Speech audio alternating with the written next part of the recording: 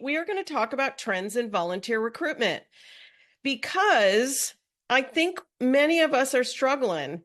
And part of it, I think, is because we haven't yet evolved into the new way that people get their information, in ways that touch hearts and minds. I think we're still a little bit stuck in the past. So I want to give you some inspiration today and some ideas, some fresh ideas.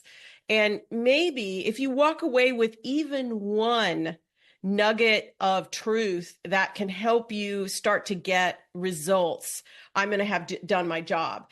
And at the end, in the last third of the session today, we're going to go through an exercise on how to really radically improve your messaging, and it only takes about 10 minutes.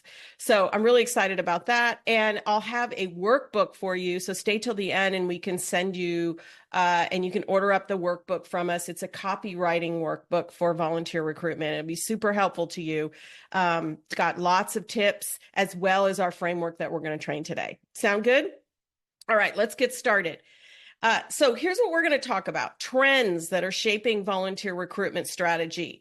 We want to attract and engage a diverse set of volunteers to support our nonprofits. What's working? What's happening?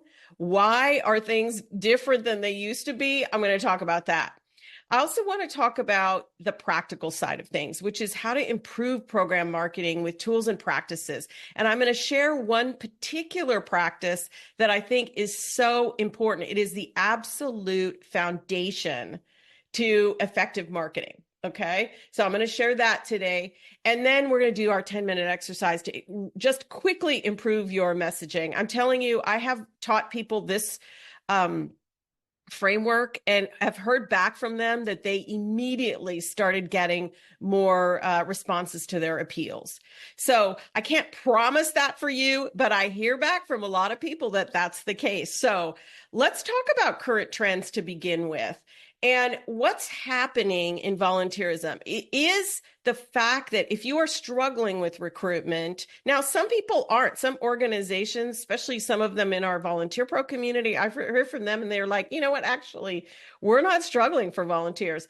And I can tell you that the likelihood of not struggling is that either they have an exceptional volunteer experience that they're offering, or they have a solid marketing strategy that's fueled by good, solid digital marketing techniques, but also good word of mouth, solid word of mouth. That's really the combination that makes for great volunteer capacity and folks not struggling. But let's look at what's happening in the sentiment of the world. And I like to look at Google and Google Trends to see what is actually happening in terms of the public's appetite for volunteering. So every once in a while, I'll go on Google Trends and I'll look for the term volunteer opportunities near me.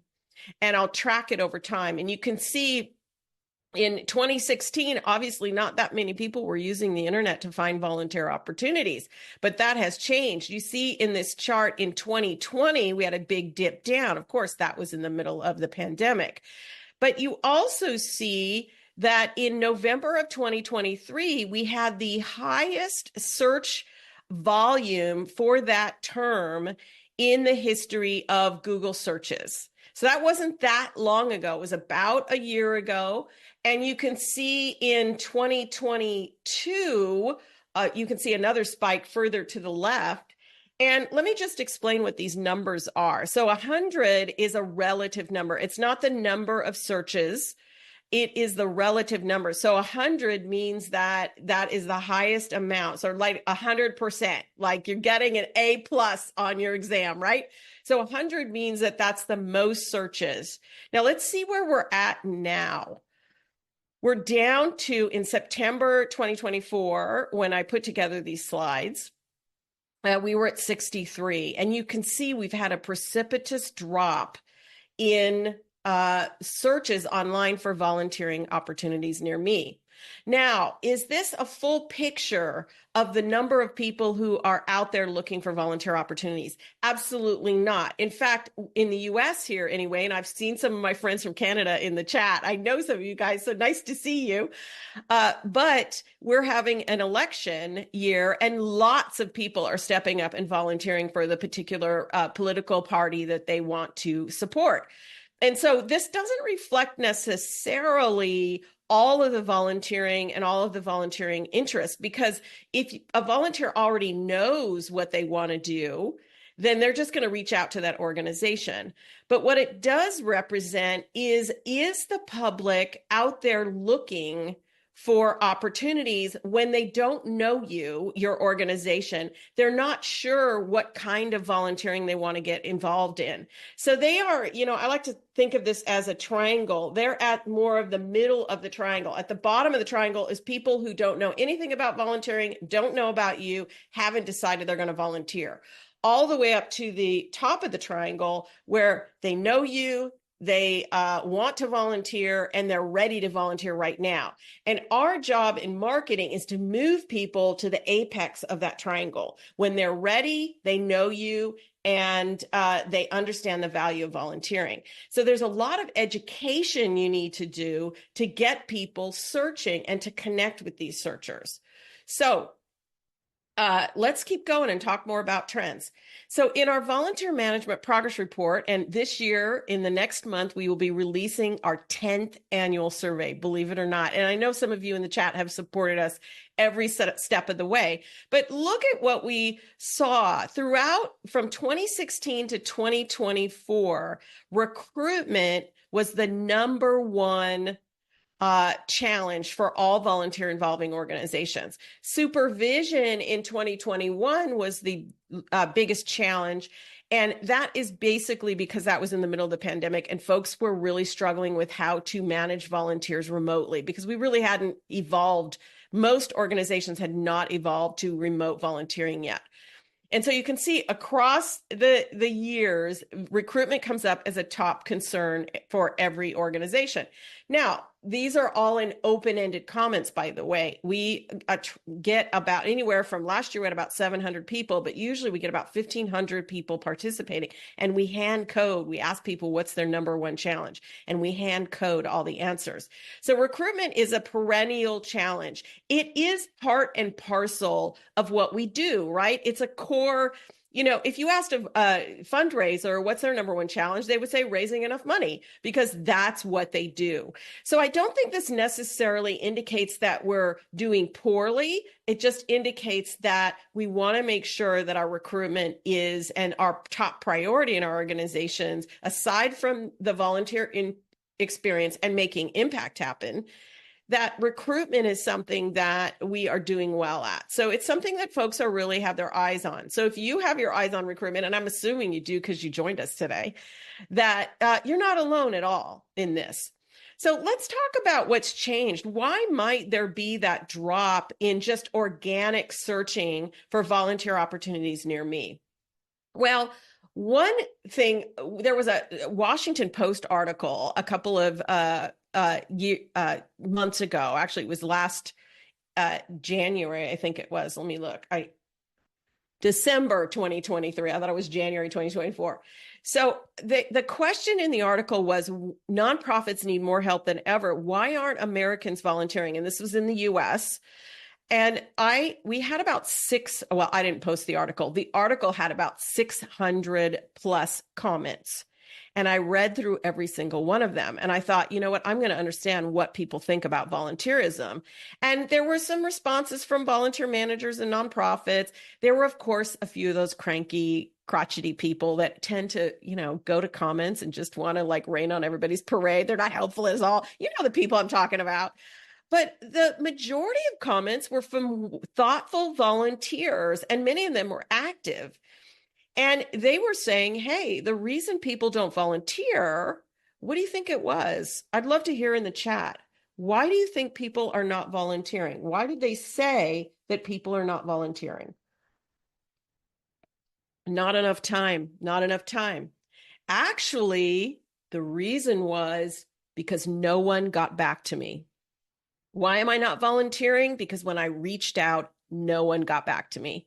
So the number one thing to get in order when you're putting together your volunteer recruitment strategy is to make sure you have a very responsive plan so that anytime anybody indicates interest, you reach out to them in one business day. Yep, I said it. One business day, because we are in a world where, in fact, most people expect to talk to a live person when they call. And so we've got to up our game. We can't have, and we shouldn't be posting opportunities if if we don't have anybody ready or we don't have opportunities. So it's really important that this be managed really well. Otherwise, our organization loses reputation and it impacts the network of organizations within a community. So if your organization doesn't get back to people, volunteers are just going to walk away, or prospective volunteers, and say, you know what, volunteering isn't for me. Nobody ever gets back to me. And they will broad brushstroke everybody based on one bad experience. It's a bias we have as human beings. We tend to generalize, and that's what happens. So what else is happening? We also know it in some of our nonprofits, we have a workforce shortage. Even though we have low unemployment rates, nonprofits still have increasing burdens and increasing levels of needs in their community that they're trying to address.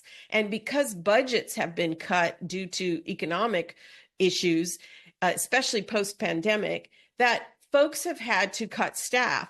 And what happens is volunteers get leaned on a little bit more, and we have less capacity to support our volunteers sufficiently. And it ends up that volunteers aren't very happy in their roles because, you know what, as you all know, and you know this well because you've joined me today, that it takes work, care, support, and time to keep our volunteers productive, happy, excited about their work.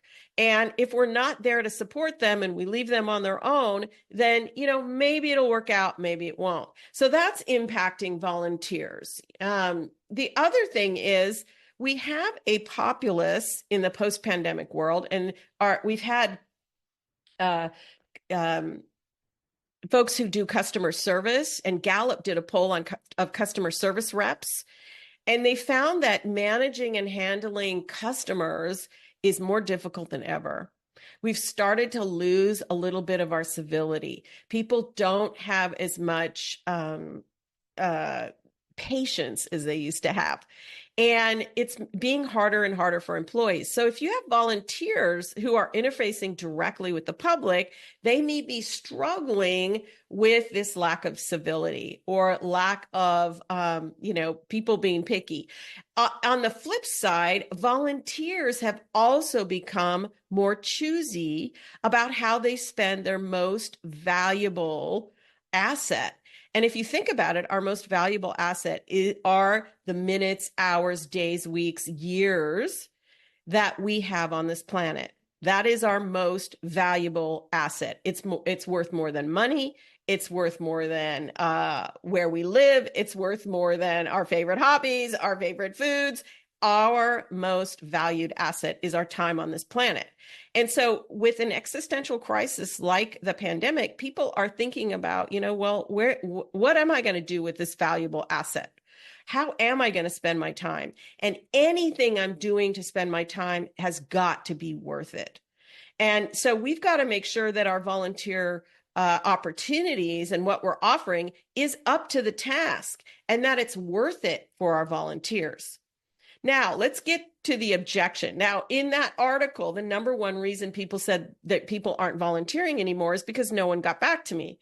But you said earlier, the number one objection, of course, is I don't have time. Once you make the ask and once someone responds to you, the connection is made, people will say, I don't have time. Now, I see that as an opportunity to dig deeper, because I feel like that is a broad brushstroke statement that people say just to kind of like move on, right? I think there's something deeper than that often in that statement, I don't have time. So I think sometimes it means I don't see the value of the opportunity you're offering me. It might be the role doesn't interest me or it sounds boring. It might be I don't have enough information or understand what you're asking me to do. It might be I'm not confident that I could do the job well. I find that confidence is a big one for volunteers, especially if the role is a little more complicated.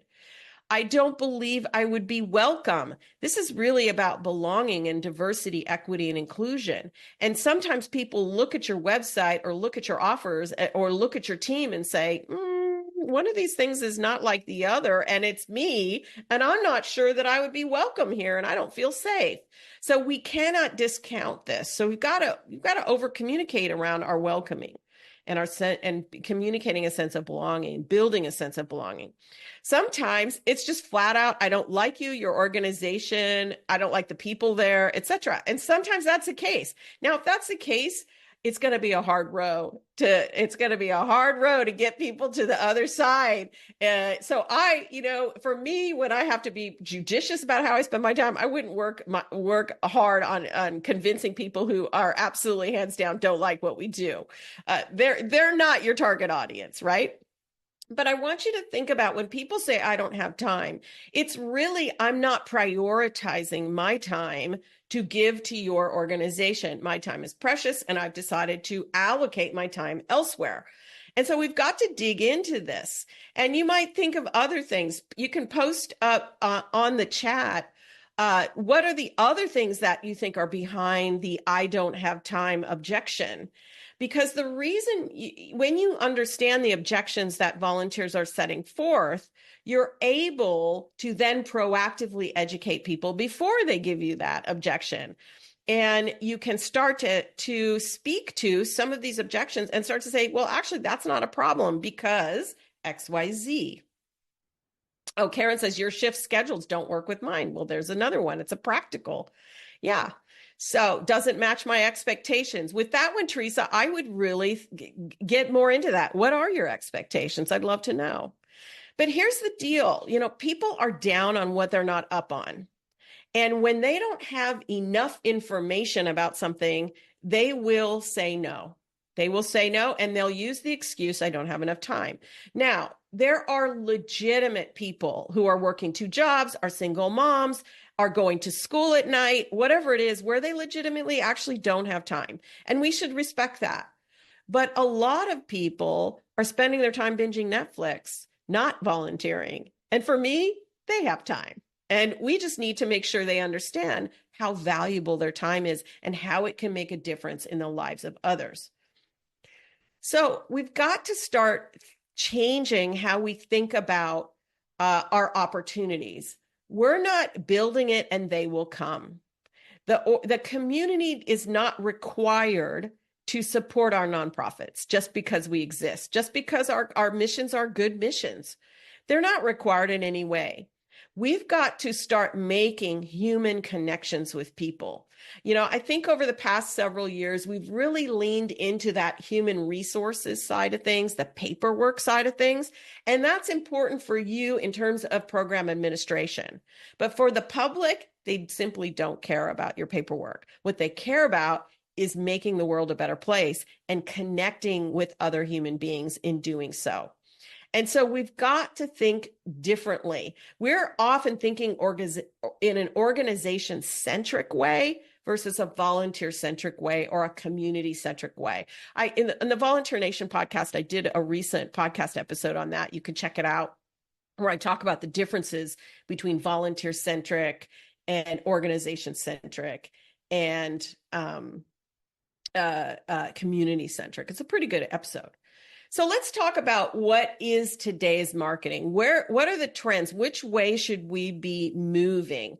So, today's marketing is less about shouting into the wind what we need, our organization, asking people to join us, and more about listening and understanding on an intimate level what our communities are really wanting and aligning our opportunities with that understanding so that we can resonate with the people in our community. Now, this doesn't mean that we change our missions. It doesn't mean that everybody is for us and we are for everybody. We're trying to find the specific group of people that already have a vested interest, that understand what we do at least a surface level and can feel like maybe they would like to support it.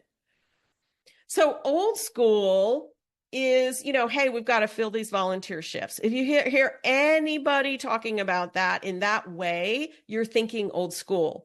Cold calling people, doing email blasts, just blasting out to everybody on your list. Hey, volunteers needed, hanging up posters, outreaching to service clubs, tabling, newspaper advertising, and doing word of mouth, and just appealing to any warm body, anybody, all comers. Now, I'm not saying that any of these are wrong or you shouldn't use them, but they are not as effective anymore than what new school marketing is all about. And marketing, especially in a digital space, which is where we're at, everybody gets their information on their smartphone, almost everybody. This is where your volunteers are looking for you. They're sitting around binging Netflix, hanging out on the couch, and all of a sudden they think, you know what, maybe I want to volunteer. What do? They pull up Google and they start searching. Well, volunteer opportunities near me. So you want to be top of mind and you want to come up at the top of Google search. So the way to do this is to have targeted campaigns. So you want to focus on the people that are most likely to understand what you're about. You want to focus on the volunteer journey, especially the early touches. And you want to make sure that at each step, informational and emotional needs are being met. So you have to go to a granular level. You're not looking at just like broadcasting, fill out our application, let's get going. There are micro steps. Commitment is a process, not a destination. So you've got to pay attention to that. You want to build a following, a mailing list of people that you can communicate with on a regular basis so that when the time comes in their life, when they believe that they have enough time, AKA they understand how important your ask is and they feel confident and ready to support it, then they can say yes. So we need to build mailing lists of email mailing lists. We want to make strategic partnerships with organizations and entities and groups that come into contact with our ideal volunteers. And so we need to be much more strategic rather than just like calling it, posting to everybody. We want to make sure that our website is optimized to convert visitors. And I do a lot of volunteer recruitment coaching, and I've done a fair amount of communications audits. And those communications audits, I can tell you, I have yet to visit a web page, or I like to call them a hub page, where you have multiple pages that are linked together around volunteering in your webpage, sort of a web page within a web page, that I've yet to find the one that is fully optimized yet. We have a lot of work to do on our webpage. Just because we have a web page doesn't mean it's working. Social media sharing needs to be two-way, and we need to figure out, rather than just broadcasting via social media, getting folks involved in social media, maybe even having a volunteer takeover during a week where volunteers take over your social media. Search engine optimization, working to get us to the top of Google every time somebody types in volunteer opportunities near me in whatever city you're in or region you're in. Now, when you use aggregator sites like Get Connected, they generally show up. They already have that prized position in Google searches. So you want to make sure you're also listed on those organizations because you can piggyback on that search engine optimization or SEO. And then having volunteer ambassadors. There is nothing better than volunteers recruiting other volunteers. You all know this. When I ask people why volunteers come, they say, great word of mouth marketing. So this is where we're at with today's volunteers. We've got to pay attention to their experience because it sort of creates a flywheel. So what are today's volunteers? How committed are they? Well, if they're dissatisfied, they're not likely to continue. Only 1 in 4. If they're not happy with their volunteer role, they're not continuing, which creates more work for you when it comes to recruitment. 81% say of satisfied volunteers say they're likely to continue. And if people are very satisfied, nearly or 9 in 10 volunteers will continue. So think about the churn rate on that. Think about the churn rate on that. If you have a group of volunteers and you're only losing 1 in 10 because they're happy, it's usually because of a life event that you can't control anyway. So your real secret to really good volunteer recruitment is to have really good volunteer satisfaction, right? So, we think about old school marketing, which is a funnel where we're reaching a bunch of people. And then by the end, at the bottom of the funnel, we sort of sort through and find the perfect people for our offer, in our case, volunteer recruitment. But I would encourage you to think of the new way of marketing, which is a flywheel effect. How can we attract, engage, and delight our volunteers, keep them in our ecosystem, and our word of mouth marketing will go way up. And word of mouth marketing is one of the most effective, as long as it's done in a purposeful way. So we want to think about how we can get a flywheel going so that's much easier than just trying to reach as many people as possible and then precipitating people down.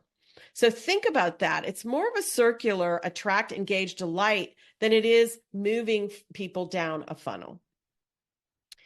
Here's the bottom line in terms of volunteer recruitment trends. In order for a volunteer to spend their time, the experience must be worth their time. That's the bottom line. We are in an exchange business. We are exchanging experiences for people's most treasured asset. And these experiences need to be fun. They need, now, some of you have really intense jobs that volunteers do. I'm not saying that fun is always happy and gleeful, because some of us work in, I used to work with homeless youth. I can tell you it's not happy and gleeful when folks, young people are struggling with drug addiction or are hustling on the street. That's not happy and gleeful. But volunteers have fun working together, a sense of camaraderie, and our volunteers felt a strong sense of personal satisfaction that they were making a difference. And that's when it becomes very much worth their time. So let's talk about, that's sort of like a broad brushstroke of the trends, what's happening, where our challenges are, what's happening in digital marketing, where we're moving towards. Let's talk about how to improve it. I like to get into the practical here. And what I find when we think about volunteer recruitment is that we are very focused on tactics. What should I get this question all the time? What should I include on my flyer, or what should I post on social media? And I always say, well, great question. However, your initial question really should be something around who is most likely to respond to my appeals and how can I best communicate and connect with them? If you don't ask this strategic question first, you don't even know if a flyer and social media are the right channels to communicate. The other questions are, okay, if you have a flyer, who's handing it out?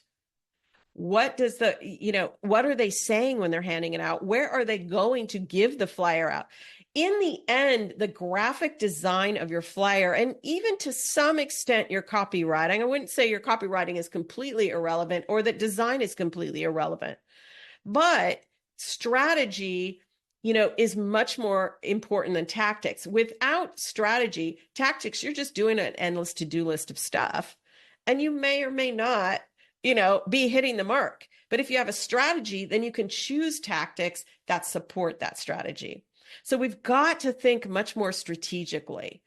And when I coach my recruitment Boost Camp clients and my private clients around their volunteer recruitment accelerator, in our volunteer recruitment accelerator coaching program, this is the strategy that we use. We start with setting campaign goals.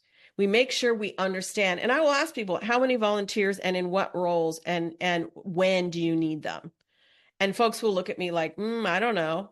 Well, there you go. If you don't know where you're going, chances are you're not going to get there, like Yogi Berra used to say. So we want to make sure that we understand specifically what is at the end of the rainbow. Where are we trying to get? So that's the first part of our strategy.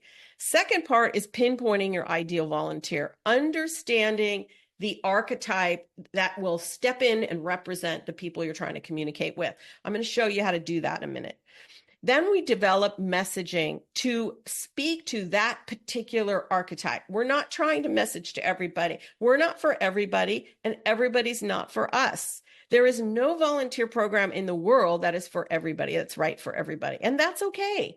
There's plenty of us to go around, and we can all, if we have a mindset of abundance, we know that there are people out there that want to support us. All we need to do is connect with them and educate them on what we have to offer. The fourth step is to deploy through channels where you are most likely to reach your ideal volunteer. So channels can be online, they can be on land, via people, via digital, doesn't matter. It's whatever ways you're sending your message out. And then we need to evaluate our progress and results. So I like to recommend that folks evaluate their micro conversion. So every step in the journey to see how well they are doing and where they are losing people, because that's where you want to double down on improvements, because it'll give you so much more. You'll make a difference, and you can start improving your results downstream pretty exponentially if you tackle the spots where you're losing people. So the best way to predict the future is to create it. We often think that we are victims to circumstance. It's just whatever happens in the world. Hey, we're going to take it or leave it. It's going to impact us positively or negatively when it comes to volunteer recruitment. But I don't believe that at all. I believe that we can set a strategy and move forward, learn from it, continue to tweak it, because that's what marketing is, a 360-degree process. And we can basically set the stage for our success. So one of the ways to do that is, instead of demographics, although there may be demographic groups you're trying to reach, I like to focus on psychographics. Because demographics, when we focus only on demographics, we tend to stereotype. We tend to think of an entire group of people as acting and being and living and feeling exactly the same way. And that could not be further from the truth. Even different demographic groups are filled with individuals with different needs and desires. And we are, as a human fabric around the world, we are very different. We're also alike. So I like to reach out and think about psychographics. And psychographics are basically interests, activities, and opinions about a specific topic, or topics, I should say. So what are the attitudes of your ideal volunteer? So through the discussion and the analysis of psychographics, you can create a volunteer persona that helps you move from that sort of any warm body approach to really anticipating the informational and emotional needs of volunteers of a certain archetype. And when I say archetype, it's not a stereotype. We're actually creating a full-blooded person, an imaginary person that is standing in for a group of people that have the same attitudes and interests and beliefs. So here's an example of a persona, Jorge. Jorge's male, he's a widower, he's a cancer survivor. He's a recent retiree that just relocated to the neighborhood. He uses Facebook daily to keep track of his grandkids, weekly churchgoer, loves animals, and keeping active. And so we start to get a sense of, what does Jorge care about? What are the things he cares about? So you might want to think about, if you're connecting with Jorge, and you can post in the chat, your answers to this. So what motivates Jorge to volunteer? Why would he want to give his most precious asset, which is time? Why would he? Think about it. Grandkids. So why grandkids, Therese? Why would he want to volunteer? Because he wants to be a role model for his grandkids? Because he wants to see his grandkids more often, so he's going to volunteer to coach their little league team? Is he, what is that? To meet new people, Brooke, that's a good one. Social connection, June, that's a good one. So you start to see, you have a better understanding of why Jorge might volunteer. And as you're creating messaging for Jorge, you might be able to include some of these things. Hey, are you looking to meet new people? You're calling out to people with those psychographics, right? Also question, what might be his barriers to service? What might be something that keeps him from coming back or that keeps him from starting in the first place? And go ahead and transportation, June said, yeah, maybe he can't drive anymore, or maybe he doesn't have a vehicle.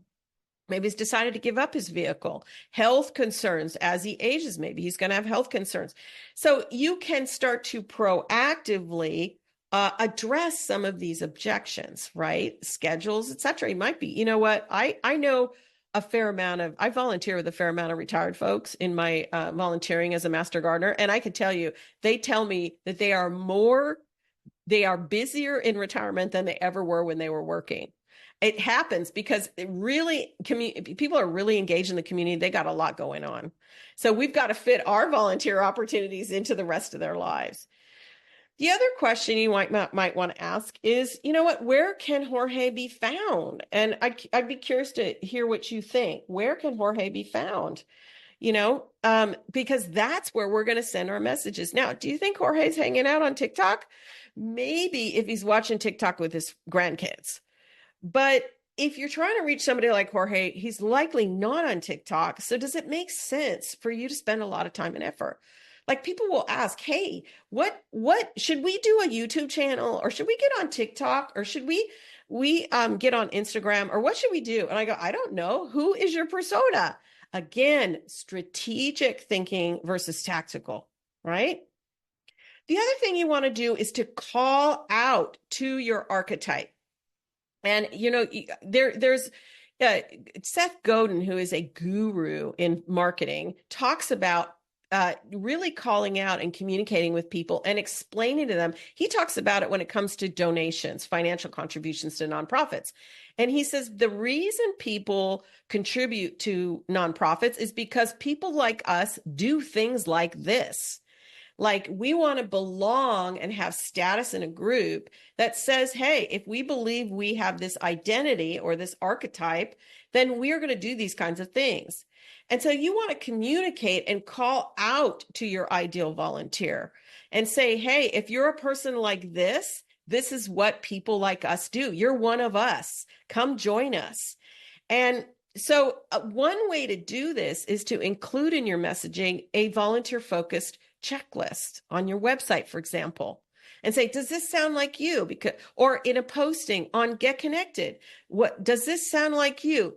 You're ready to make a deeper commitment to a cause you care deeply about. So you're calling out to people who are committed, right? You want to see real impact for your contributions. You're not afraid to roll up your sleeves.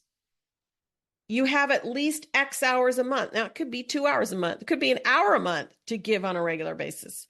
You're excited about meeting like-minded people. You're ready for more connection and fun in your life.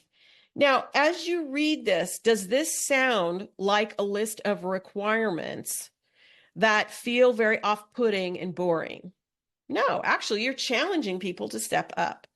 So we can convert the way we're communicating to a way of communicating that says, hey, people like us, if you're a person like this, then this is the perfect fit for you. You belong with us. And so this sense of belonging can happen really early in your process of communicating with your ideal volunteer. And when you're creating personas, I really recommend you start with one. Don't create 5 or 6 or 7. Now you can create a different persona for the large roles you're recruiting for, but start with one and see how it goes and learn how to do it well before you start to communicate or start to complicate your volunteer recruitment. All right, so let's talk. So those are some ways to improve your marketing exponentially. But this is the thing that I really want to teach you today, and that is to enhance your messaging. And your emotions are a precursor to results. So emotions drive everything in human beings. We still don't really realize this. Just look at your webpage and read your volunteer recruitment postings. Do they sound exciting? Do they tug at people's heartstrings? Do they have an emotional element? or they're merely a list of requirements, hey, 8 weeks in the Amazon rainforest, a DNA scan, a retinal scan. We're going to set you up with a retinal scan. We're going to do a DNA check. We're going to do a blood test. You're going to have to do a full physical, all that.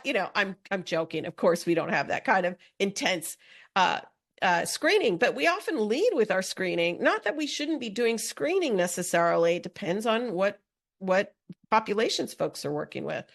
But we're not really working with human nature. And human nature, our emotions are physical sensations in our body. And then we interpret what those physical, wow, my stomach feels like I have butterflies. I'm a little bit excited. Ooh, I'm excited. Then if I feel like I'm excited, I interpret that as excitement. Then maybe I'm going to take action. And if I take action, then I'm going to get results. And so it's not that we rationally make decisions. If the current presidential election and everything that's going on right now, if that doesn't tell you that people make decisions based on their gut feelings, nothing does. It's how we decide. The heart decides, the intellect justifies. So we do use our intellect and our prefrontal cortex and our rational thinking to decide ultimately. But initially, when we say yes to something, it's all emotion. And so you need to have a pitch that takes people through that process. Work with human nature, not against it. So let's work through this. So take out a piece of paper. And again, we'll show you how to get a workbook where you can actually get all this in writing. But, take out a piece of paper and I'm going to run you through. We're going to do 6 steps. So let's start. So the steps are going to look like this. Number 1 is the community problem. And I'm going to work through each of these with you. Step 2 is your opportunity, your volunteer opportunity as the solution to that problem. Number 3 is a step-by-step action plan. And I'm not talking about our 25-step application processes. I'm talking about 3 to 5 simple steps that we're going to communicate. We also want to talk about the stakes, why it matters that people step up, and what happens if they don't. And then the positive stakes, what happens when they do step up.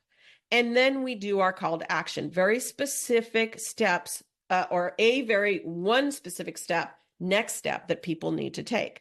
So let's look at an example. And if you work in youth services, I have a soft spot for youth services, have worked in many and started many youth service programs from the ground up. So I love mentoring programs and youth programs because I've worked in them. And sometimes people say it's our, especially with teen and young adult, they'll say it's our, when we work in this area, we're sort of working out our family of origin issues. So, people in youth services sometimes realize, you know what, I'm doing this for me too. But anyway, so let's go through and do this step by step. So step 1, and you don't have to wordsmith this perfectly, just jot down ideas, okay? So step 1, the community problem. So here's an example. Not enough kids in our community have caring adults in their lives they can trust. Therefore, they make the wrong decisions early on, leading to a lifetime of trouble. Now, I was working with a Big Brothers Big Sisters program, and we were working on this together. So this is really about for a mentoring program. But you think about what your community problem is. And by the way, gang, do not write your mission statement here. Nobody cares about your mission statement except your funders and your staff and your board. The rest of the community doesn't care. What they care about is the problem you're here to solve. What is the primary problem, either the organization or the program for which you are recruiting volunteers? What's the problem in 2 sentences, no more? So this one is very clear. And anybody reading this, you do not have to be an expert in nonprofit or youth development or anything to understand. Yep, I get that. I understand that. Has to be super simple. Okay, what's the opportunity? But together we can change that. With the support of community mentors, kids can begin to see a brighter future full of new possibilities and a better way. So the opportunity is to mentor with us and work together to change the problem, to change that kids are making bad decisions. to change the trajectory of having living a lifetime of trouble. Now, if anybody's worked with young people, you know that this can happen. The kids can turn on a dime. I've seen it with my own eyes, where young people have made a decision to change the trajectory of their lives, and you watch it unfold in front of you. And it is so powerful because their life just got better overnight. Now, it wasn't overnight. It was a lot of work to get them there, but when they realize that they can change, it's amazing. So your opportunity is the volunteer opportunity as the solution. Now I'm also indicating what happens because of that volunteer. Kids can begin to see a brighter future of new possibilities and a better way, right? Now we get to the step-by-step action plan. Now, gang, this is not your 6 weeks in the rainforest, retinal scan, blood test, DNA, all that. That's not what this is. This is giving 3 to 5 simple steps. So as a volunteer mentor, you can help inspire the next generation of youth who are no longer afraid to dream big. Simply enter your info into the interest form to get started. That's step 1. Step 2 is in the next 24 hours, we'll send you an application. That's step 2. 3, once you're accepted, you'll join us for training and get matched with a youth who can't wait to meet you. That is enter your info, we'll send you an application, and you'll get accepted and join us for training and get matched. We can get that into a 3-step process. Now think for a minute, what is your 3 to 5? I recommend 3, but sometimes 5 works. And take a moment to write down, what are those 3 steps? I'm going to give you a minute on this. And there's a lot more going on behind the scenes at your organization when it comes to processing new volunteers, isn't there? For the most part, unless you're doing big events and you're just bringing in lots of volunteers, there's a lot going on. That is not what you lead with. Give people an overview of what's happening. You don't need to tell them every step. You can communicate that later. Right now, we're just asking people to say yes. Okay. And I like to give people timeframes. In the next 24 hours, you will get an application. We are sharing with them what to expect because we want to capture that lightning in a bottle when people say, yes, I want to volunteer. We do not want to miss that wave because once that wave crashes, we got to wait for the next wave. So we might be paddling around for a while. We don't want to do that. Okay. So take a minute. Step 3. Step 3, a step-by-step action plan. So just jot down 3 steps.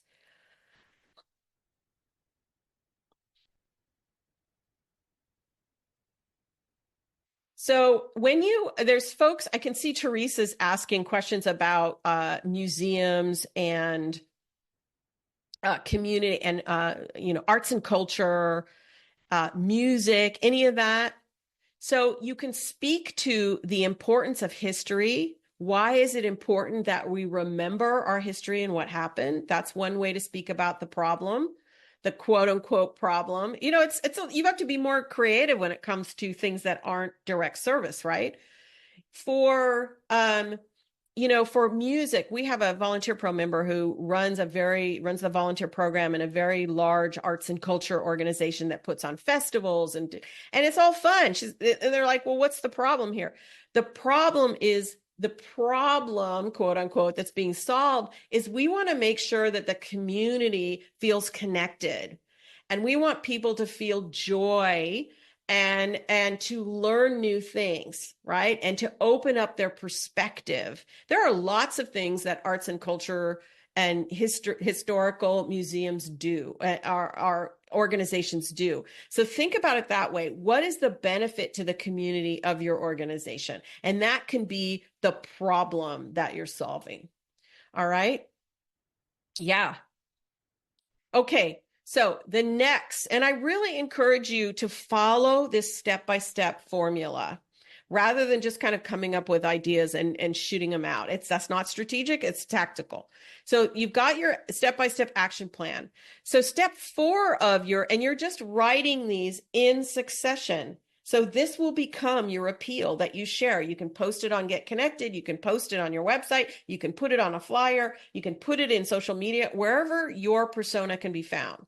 So step 4 are the negative stakes. So what happens when no one steps up? What happens when no one steps up? When young people don't have support, they are left to make decisions on their own.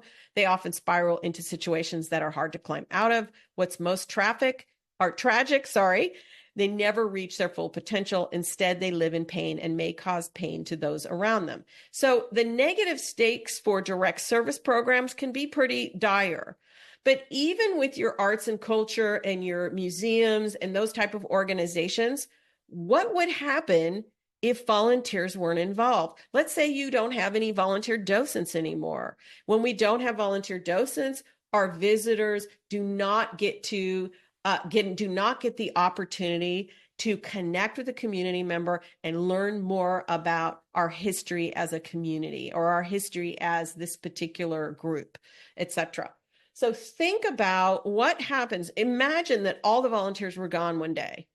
What would your patrons, customers, visitors, clients, community, what would it miss out on? And you've got to think about this. What would they miss out on? Because if they're not missing out on anything, what is the point of having volunteers, right? So there's got to be a why that volunteers are important. So what are the stakes? What's the negative? Now, we're not going to stay in the negative for very long. We're going to offer people an alternative. We're going to speak to the positive. But there's another way. In this case, we believe that every young person, regardless of their circumstances, can achieve great things. They can become leaders, innovators, investors, and positive contributors to their community and society. All it takes is a caring guide, a person to confide in, and a safe space to talk things through. So what's the positive that happens in your organization when volunteers step up? So what do you value? How do volunteers that share your values start to deliver on that in your organization or in your community? So you're contrasting the negative table stakes with the positive table stakes. So what happens when volunteers aren't here? What happens when volunteers are here? And that contrast creates a little bit of tension in your reader, and they'll want to keep reading. The number one goal of copywriting is to get people to read the next sentence. And you want people to continue to read through your pitch in 6 steps.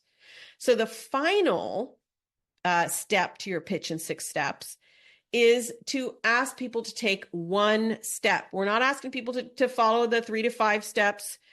That was an overview. We want people to take the one next step. So maybe you were that troubled young person long ago and someone helped you. Now, clue to you guys or gals or other people, think about, who am I calling out to? I'm calling out to a specific persona, a troubled person who used to be troubled and someone helped them, a person who wants to pay it forward, a person like this who does things like this helps pay it forward, right? So in my call to action, I'm actually integrating a little bit of my persona here.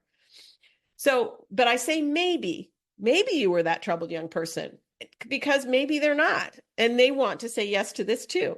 When we have support as a child, we simply do better, and a world of possibilities opens up. Volunteer today and pay that debt forward. We have a training next week for new mentors, and we're ready for you. Simply fill out the interest form below to get started. We are asking people to do one thing and one thing only, and then we'll send them the other information in a dripped way, right? But we're also giving immediacy by saying, hey, we have some trainings next week. We'd love to have you, or next month, or on these dates, or we have an info session coming up on this date. So we're giving people a time frame. Otherwise, people will procrastinate. So that's your pitch in 6 steps. If you follow this formula step by step, and it will be in the workbook, I'll show you how to get it. You can just follow these steps, write it up, zhuzh it a little bit, polish it up. Don't be too worried. Put it out there and see what happens. You can always change it later.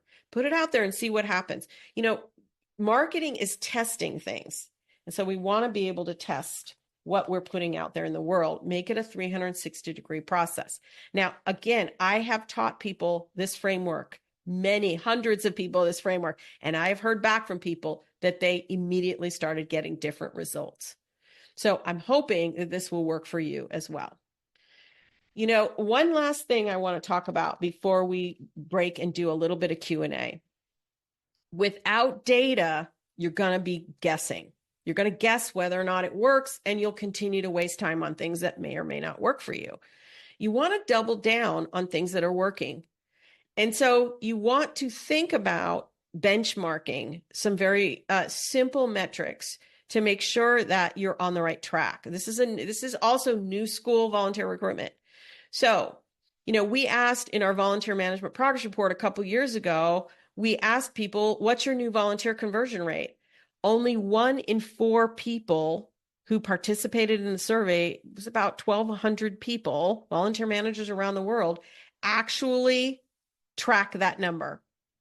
And so we need to do better. You need to know of the number of people who reach out to you, how many people actually become an active volunteer. And then as you change your strategy, you can continue to follow that benchmark and see if it's improving. If it's not, then you've got to change your strategy again. Otherwise, we're just spinning our wheels in the mud and hoping, kind of hoping things will change. Event participation rate, same story. More people, it's a little bit easier metric to track, but most organizations don't track it. So we have no idea whether or not, we know what our capacity is for volunteers, but we have no idea if our marketing is working. So this coming year in the Volunteer Management Progress Report, this survey will be asking about specific recruitment practices. So stay tuned for that, put a pin in that. But in this coming year's report, the 2025 report, which will come out in January, we'll be able to report out to you what are the tactics or strategies that people are using. Okay? Last thing, just make sure you're also diagnosing your sticking points in your new volunteer journey.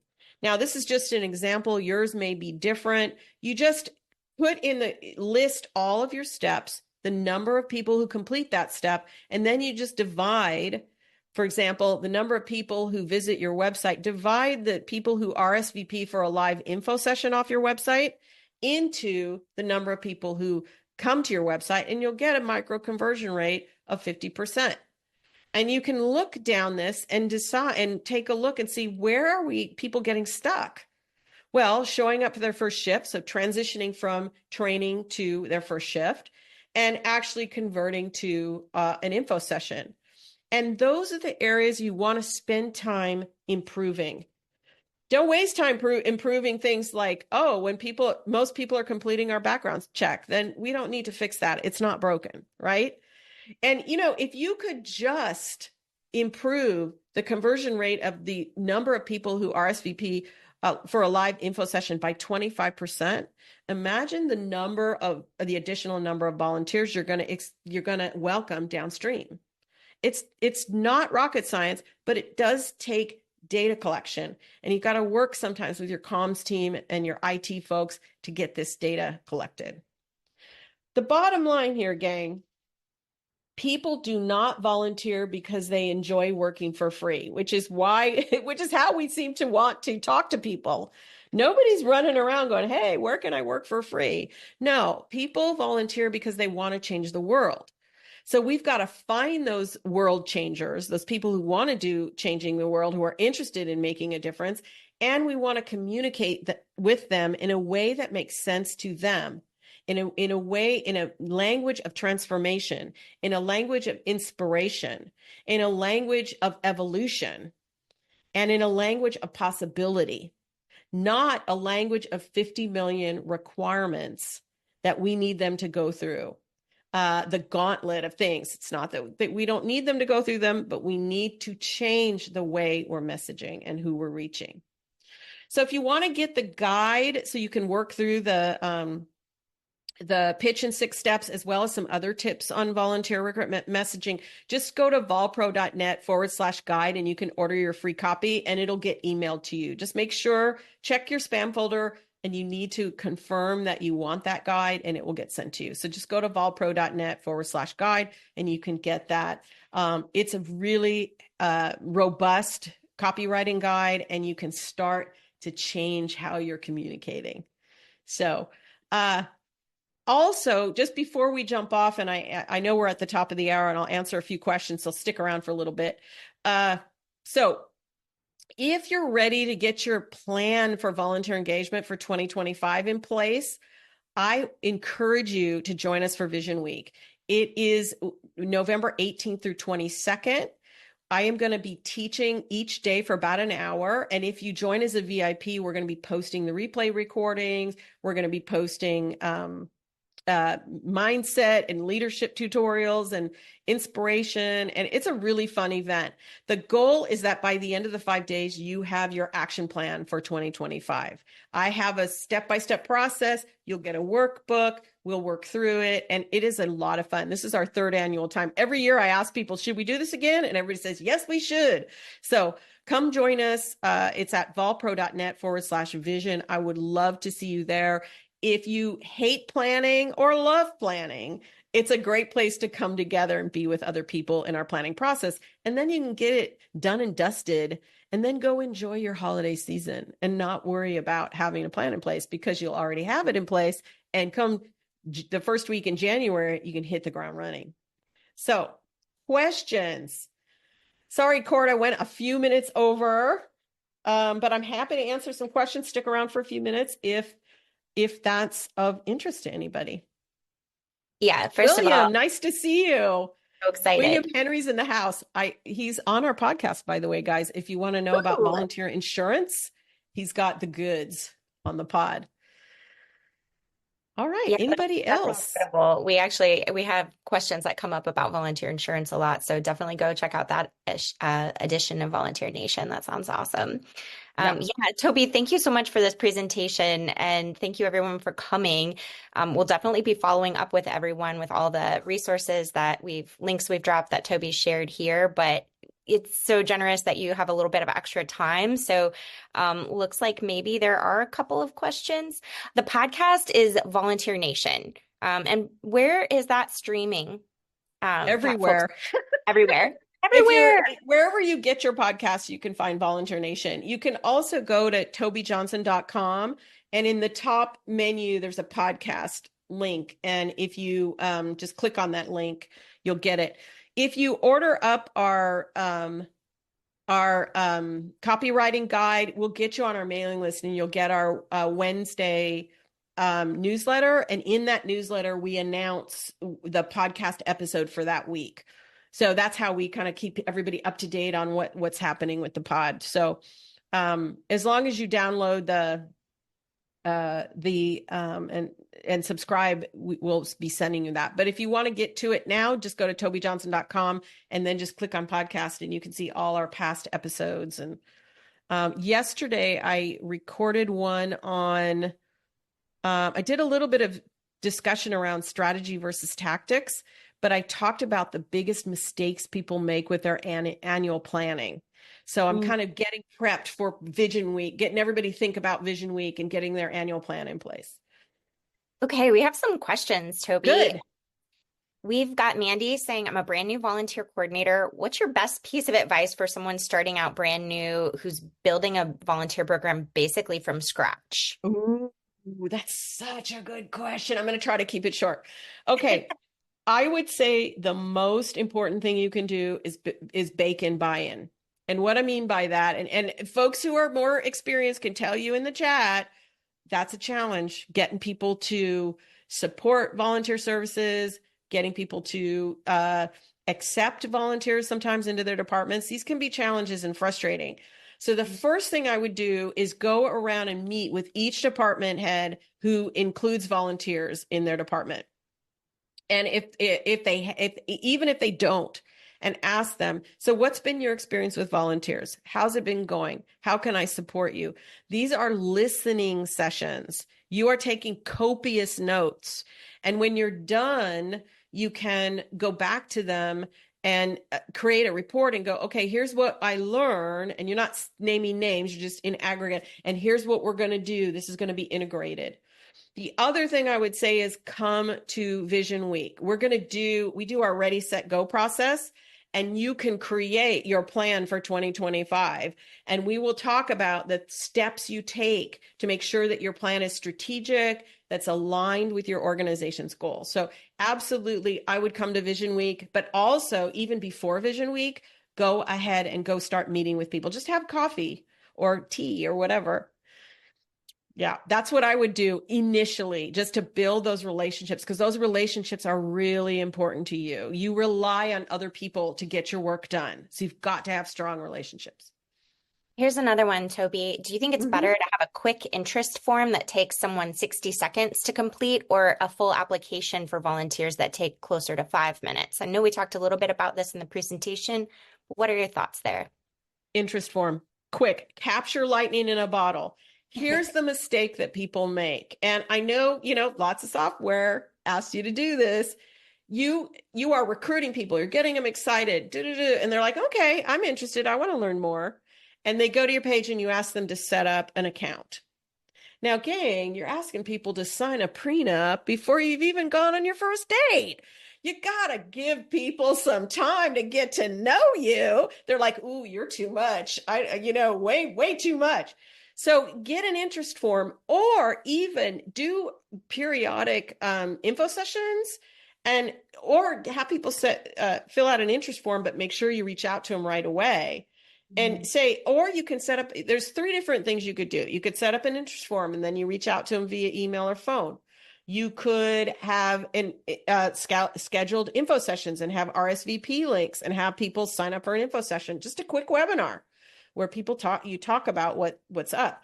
Or you could have a Calendly link and say, hey, our volunteer welcome team is so excited to meet you. Book a 15-minute call with us and we'll chat with you and help you decide whether or not this is the right fit. So you want to capture lightning in a bottle, and you don't want to have to go back and forth via email, which takes forever, and you lose people. The application is for once people have made the emotional commitment to continue with you. They're not ready yet when they're just poking around your website. So we're asking for too much too soon. That's my 2 cents. I'm in total alignment with you there, Toby. I'm always like, don't not get someone's information, because you can talk to them more later, like over time. So like grab their email, grab their interest, and keep the conversation going. First date coffee. So yeah, here's another question. Okay, how can we message the importance of investment in recruitment and training to volunteer supervisors in our organization? Volunteer management is not their full-time job. So I'm guessing this is for where it's like a piece of what they do. Yeah, and that's true for many people. A lot of us wear a lot of folks wear many hats. Volunteerism isn't their full thing. And a couple things. Number one, you really want to make sure you're recruiting volunteers to help you. So I'm a huge fan of volunteer welcome teams that help you with training, help you reach out to folks, help you shepherd people through the paperwork process, all of that, make phone calls, all of that.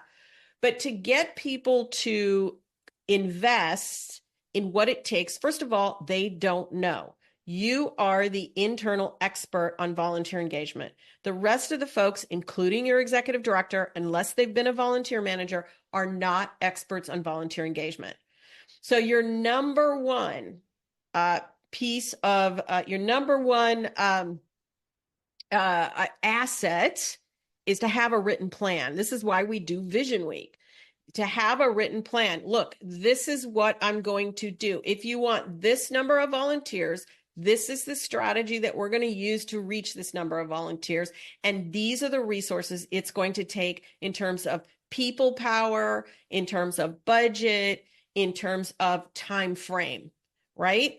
And so, I'm a huge fan of not 365 days a year volunteer recruitment. I like campaign based, like quarterly. You're doing big pushes for volunteers, and then you're spending the rest of the time in between big pushes, really helping improve the volunteer experience, onboarding people, making sure everybody's happy, and then you go for the next wave of volunteers.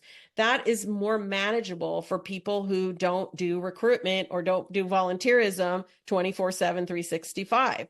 But if you have a written plan and a strategy in place, you can show to your leadership. That is the language of leadership. I used to be a program director.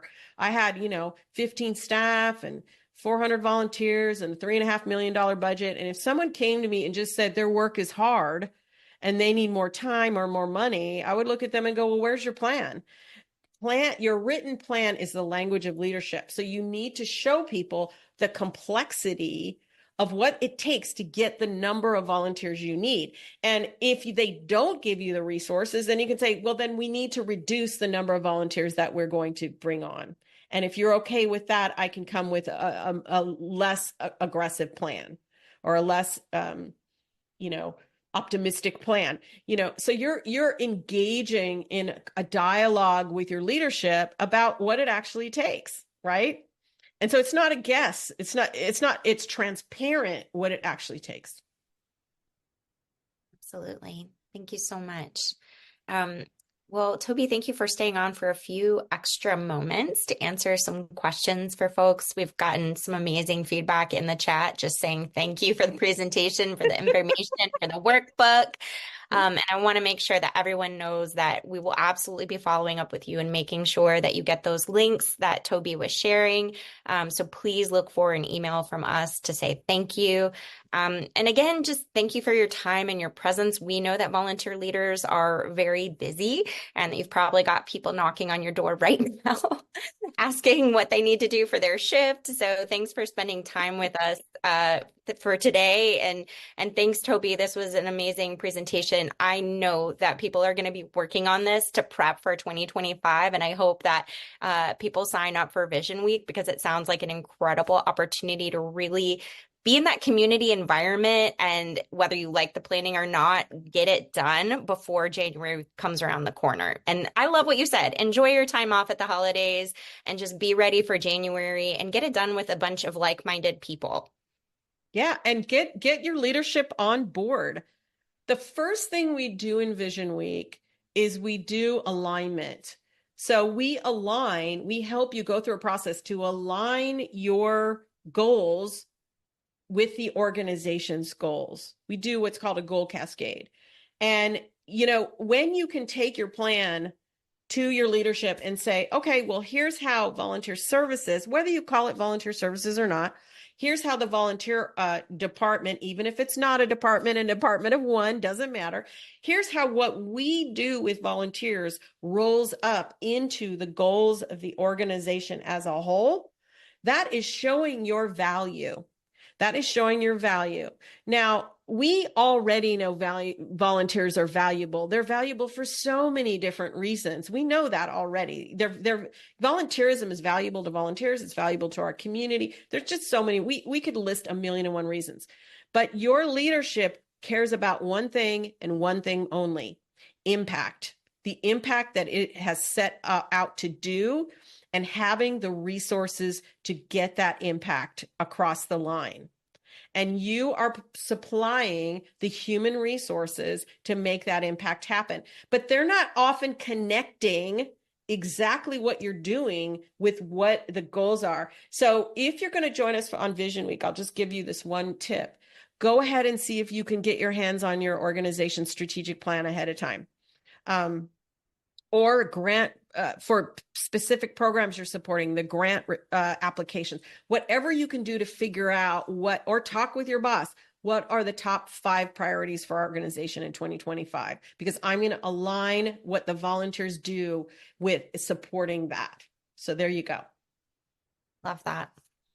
Absolutely love that. Well, I'm going to go ahead and log us off for the day. And a huge thank you to Toby Johnson, volunteerpro.net. Check that out. Listen to Volunteer Nation podcast, sign up for Vision Week, and get aligned with your organization's strategic plan. Some juicy, juicy work today. So thank you so much.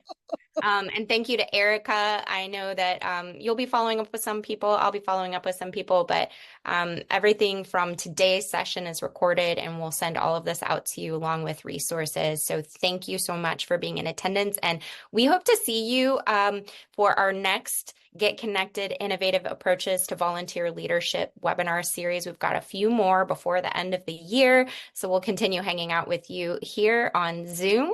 And thanks for being a part of our Get Connected community. We'll see you soon, okay? Bye, everyone. Everybody. Thank you.